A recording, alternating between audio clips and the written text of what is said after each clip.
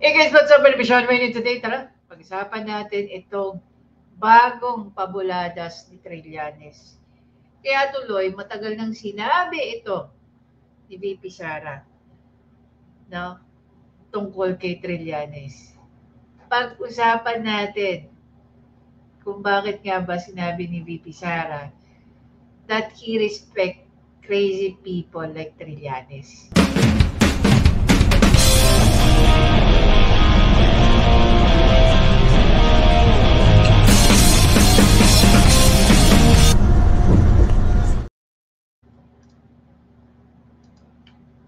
So ito na nga guys. May bago na namang patutsada itong si Trillanes. Palibasa natalo sa Caloocan. So balik na naman siya sa kanyang bisyo sa pagiging ganyan. Pagiging anti-Duterte niya. Sabi dito ng politiko that was posted, no? It was written by Billy Vegas. Posted today. Front lang na confident, Sara Duterte afraid.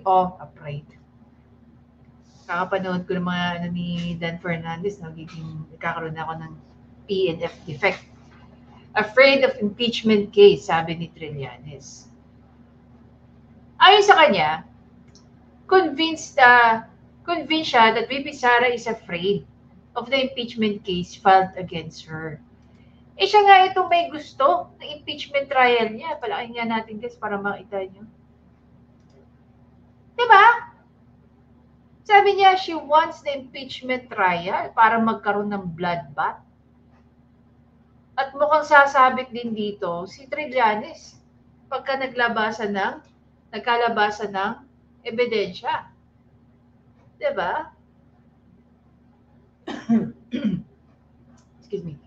In an interview on Billionaire News Channel On Point, host Pinky Webb asked Trillanes about the Vice President's statement that she wanted the trial to proceed and she wanted the bloodbath.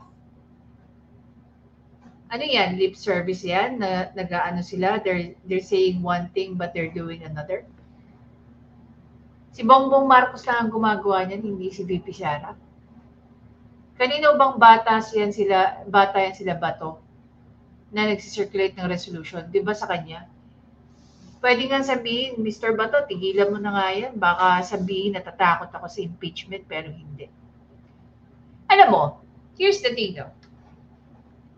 Kami mga supporters ni VP Sara, never niya. Nakita niyo ba siyang pumunta ng TRICOM? Nakita niyo ba na naghimasok siya sa mga dealings sa mga supporters niya? Whether private citizen or public official, hindi naman, di ba? Never siyang nakialam. Never siya nakialam.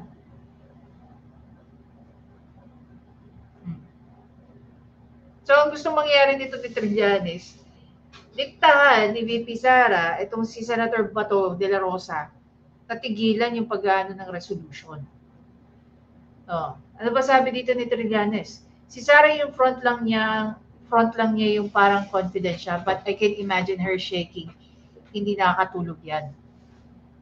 I remember saying na, I remember na minsan sinabi ni VP Sara na wag niyang i-mention yung pangalan niya dahil gagawin niyang mahirap pati mga kaibigan niya. Oh.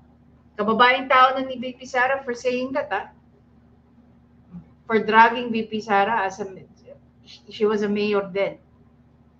Nung time na nangyayari, mayor or vice mayor, something like that.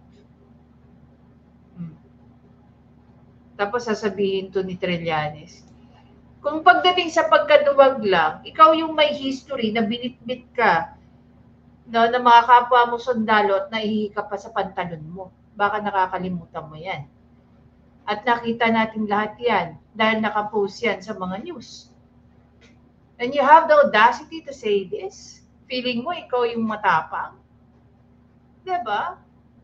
Last week, De La Rosa confirmed that his office drafted a resolution that will seek to de facto dismiss the article of impeachment filed the House of Representatives last February 5 due to lack of material time. The 19th Congress will adjourn sine die on June 11, but actually June 13. Sabi ni Tito Sen. Trillanes said that the overwhelming evidence will convince senators to convict Sara Duterte. Oh yeah? Convincing ba na hindi ka naka-attend ng SONA, impeachable na yun? Diba? Alam mo kung saan ako mas excited? Yung ipakita ni VP Sara, yung tunay na listahan na binigay sa kanya, di umano, ni Liza Marcos, value at kung kanino dapat ibigay yung pera. Diba? The former lawmaker also reiterated his allegation that Dutertes were receiving dividendo from the drug lord every 6 months. Alam mo, ito si Trillanes. Umarap na to sa Quadcom or good governance ba yun? Basta humarap na yun sa House of Representatives. Kinalagkat pa niya yung AMLAC. Ano sabi ng AMLAC? Wala kaming binibigay sa kanyang information. Kaya nga nagtataka ako bakit hindi siya kinontempt ng mga kongresista doon. Sa pagsisinungaling. Right into their faces. Diba? Oh. At meron siyang cyber libel case na final ni Kong Paulo Duterte tsaka ni Attorney Manscarpio. At hindi pa siya humulo, no? Patuloy niyang ginagawa to. Sige nga. He said that initially the manager's check were being encashed by the Vice President, but later the money was deposited directly into her account. These are very, very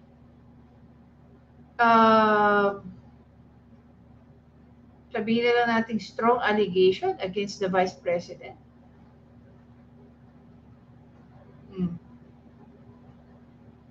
Hindi nga niya mapatunayan na mayroong limpak-limpak na pera sa bank account ni VP Sara, ni PRRD, at ng mga Duterte siblings. I think even Hanilat was dragged into that. Napatunayan niya ba yun? Oh. Kaya hindi mo masisisi kung si VP Sara tinawag siyang crazy person. Oh.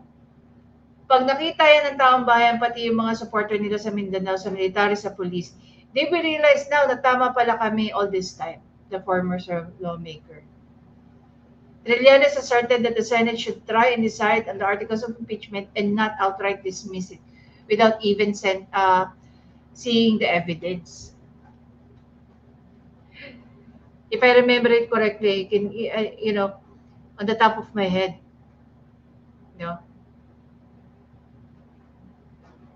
inaas ng prosecution team ng House of Representatives for ipapasamo nila ang bank account ni VP Sara. Imagine that. Wala pala kayong pinanghahawakang ebidensya and you have the audacity to say that.